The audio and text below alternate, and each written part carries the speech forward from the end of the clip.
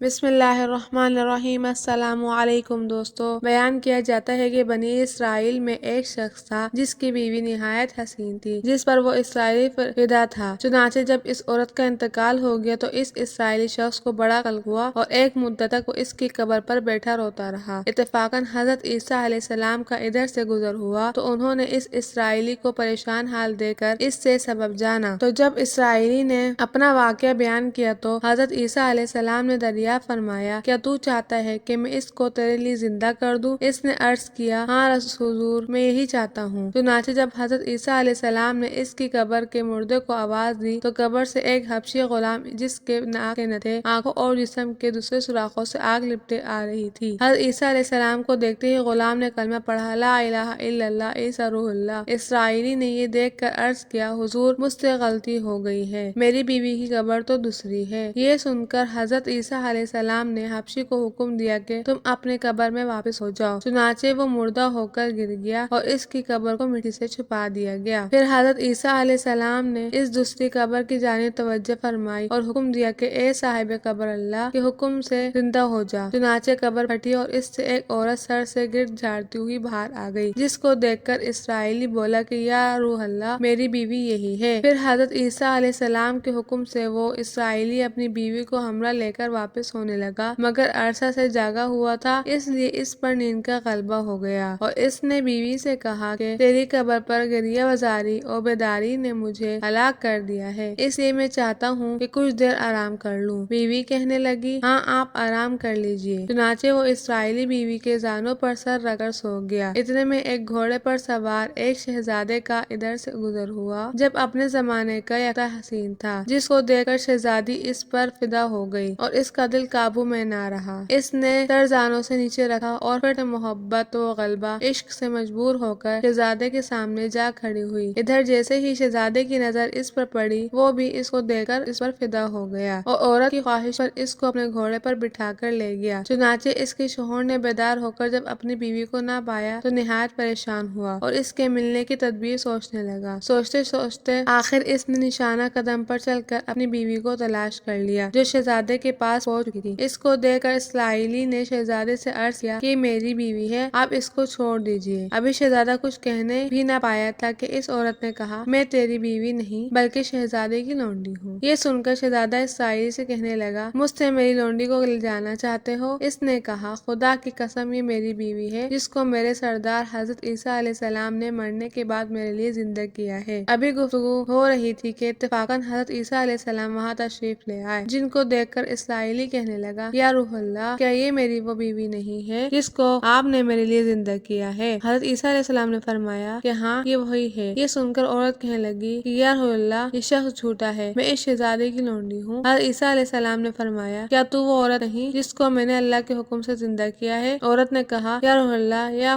خدا، میں وہ نہیں ہوں۔ اس کے بعد حضرت عیسیٰ علیہ السلام نے فرمایا، جو جان خدا کے حکم سے میں نے تجھے دی ہے، اس کو واپس کر دے۔ یہ سنتے ہی وہ عورت پھر مردہ ہو کر گر پڑی۔ پھر حضرت عیسیٰ علیہ السلام فرمانے لگے کہ جو شخص ایسے آدمی کو دیکھنا چاہے جو کافر مرا تھا اور زندہ ہو کر ایمان لایا تو وہ اس حبشی غلام کو دیکھ لے، اور جو کوئی ایسے شخص کو دیکھنا چاہے جو مومن مرا تھا پھر اللہ نے اس کو زندہ کیا اور کافر ہو کر حالت کفر میں مر گیا تو وہ اس عورت کو دیکھ لے۔ اس واقعے کو دیکھ کر اسرائیلی نے قسم کھائی کہ اب کبھی نکاح نہ کروں گا اور میدانوں کی طرف نکل گیا جہاں اللہ تعالیٰ کی عبادت میں مصروف رہ کر اسے موت آ گئی۔ اللہ تعالیٰ اس پر رحم فرمائے۔ حاصل نبی اور رسول کے اقرار اور انکار کا نتیجہ اس حقائق سے ظاہر ہوتا ہے اور سبق ملتا ہے کہ کامیابی اپنے نبی کی اطاعت و محبت سے ہی مل سکتی ہے۔ چنانچہ ہمیں بھی چاہیے کہ ہر حال میں اپنے نبی صلی اللہ علیہ وآلہ وسلم کی اطاعت کو سامنے رکھیں، چاہے دل مانے یا نہ مانے، نبی کریم صلی اللہ علیہ وآلہ وسلم کی طریقوں کو لازمی اپنایا جائے۔ اللہ تعالیٰ اس واقعے سے سبق حاصل کر کے عمل کرنے کی توفیق عطا فرمائے، آمین یا رب العالمین۔ امید کرتی ہوں کہ آپ کو میری ویڈیو پسند آئی ہوگی۔ میرے چینل کو سبسکرائب کریں، لائک کریں، شیئر کریں۔ بہت جلد نئی ویڈیو کے ساتھ ملوں گی انشاءاللہ۔